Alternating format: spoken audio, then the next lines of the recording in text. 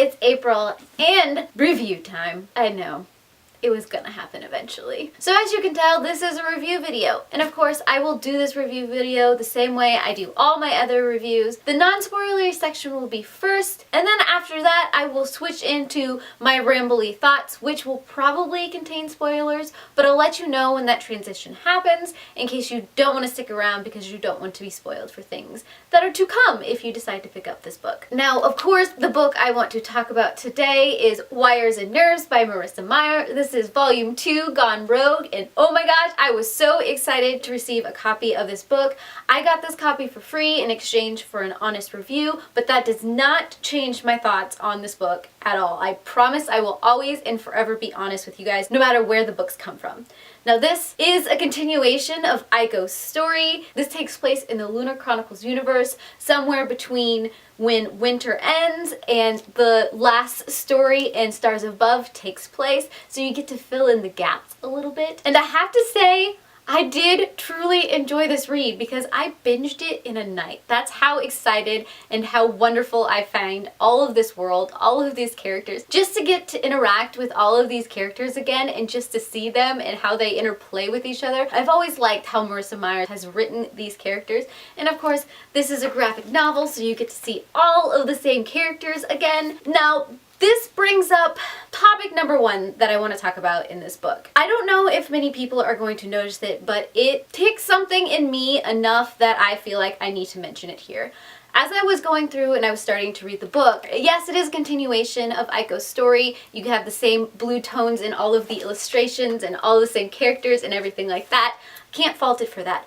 But I noticed something was a little bit different. Some of the characters and some of the drawing style was slightly changed. And like I said, I'm not sure anybody else would have noticed this, but I really started picking up on it and it bugged me a little bit.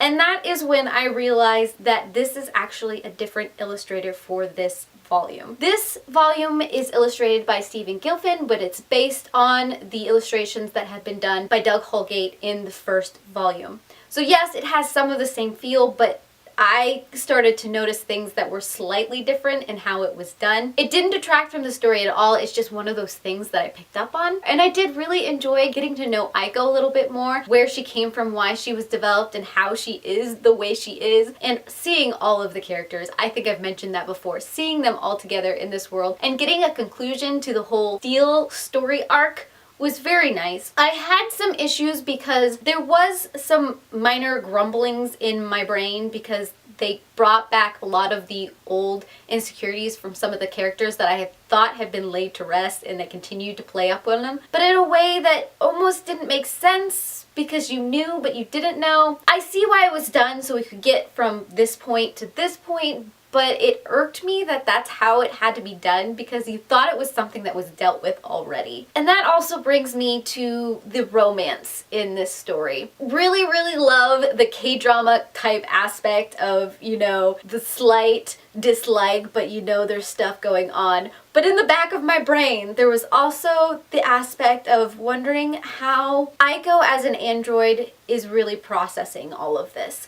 Because you come to this gray area and I don't think it was played with enough. It kept on being mentioned that yes, Aiko is an android, she isn't necessarily human, what she has is what she's programmed with, yet somehow she has stepped out of her programming. But I almost wanted that to be played with at a deeper level. I did like that we started touching upon it and finding that gray zone between being an android and being human and those kind of emotions and where all of that comes from. But I almost feel like we went so far and then we stopped. And then we kind of let it lie in some ways that still felt really gray and a little bit weird. I wanted a little bit more. But I did truly enjoy the story, and if you love the Lunar Chronicles universe and you like to read graphic novels, of course, if you have read volume 1 of this, I think you'll be satisfied with where a lot of this goes. And this is the point that I say I am now going to ramble a little bit because I have words and things that need to be said. And if you haven't read this yet, please go read it and come back. But if you're one of those people who wants to hang out with me anyways,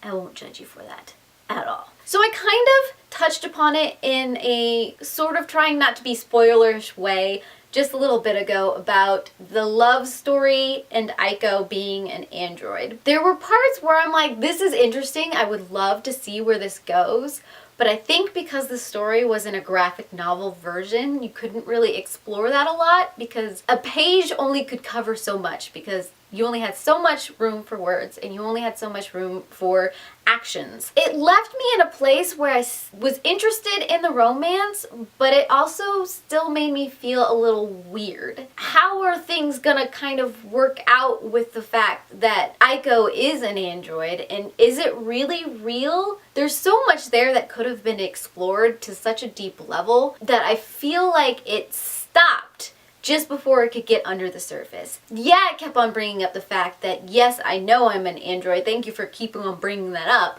but what does that really mean? All of this almost got erased in my brain because we had the simple replacement of Aiko after she was first destroyed. All you had to do was get a backup and she's back. You almost lose the authenticness of Aiko when you can do things like that.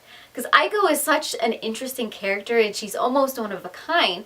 But if you can keep on backing her up and keep on replacing her, at what point do you lose the original Aiko? And so I started diving into this like really weird place in my brain where I was almost uncomfortable with that aspect because no, she's not human, and yeah, you can just turn around and flip another switch. You could have like 13 different Aikos going at once, and it was almost painful to think about because then you turn around and you have this romance, and then you have this man who finds himself slowly falling in love with this machine. And what does that even mean for him? What kind of psychological things have got to be going on inside of his brain? So I feel like so much could have been done with that storyline, and I don't know, it was just wrapped up so cleanly that yes, we're now just gonna kind of accept this relationship and we're gonna kind of play, or we didn't even get to see them kind of play with it. We just, all of a sudden they were going on a date at the end. And then there was the whole point of Wolf